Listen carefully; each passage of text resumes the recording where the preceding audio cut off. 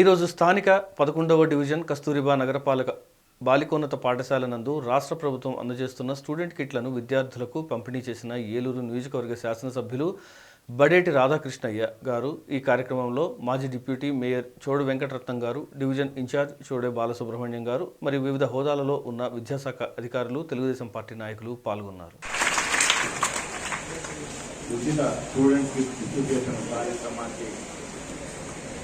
వేదికను అలంకరించే పెద్దలు అబ్రహం డిఈఓ గారు, డి సోమశేఖర్ ఏబీసీ గారు, ఏ రవిప్రకాష్ గారు డివైఓ, ఆర్ రంగయ్య గారు ఎంఈఓ, మరియు పి సునీత హెచ్ఎం గారు, మరియు వివిధ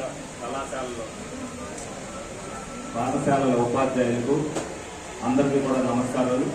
అలాగే ఇక్కడికి విచ్చేసిన ఉపాధ్యాయులందరికీ కూడా నమస్కారాలు తెలియవస్తూ పిల్లలందరికీ కూడా నా ఆశీస్సులు ఇస్తున్నాను. ఏదైతే ఈ రోజున ఉచిత పుస్తకాల పంపిణీ కార్యక్రమం మరి ఇవాళే పెడతామంటే మరి స్కూల్స్ తెలిసేసారని చెప్పారు. తప్పనిసరిగా నాకు ఏదైనా పని అంటే ఇవ్వాలనుకుంటే ఇవాళ అయిపోవాలి.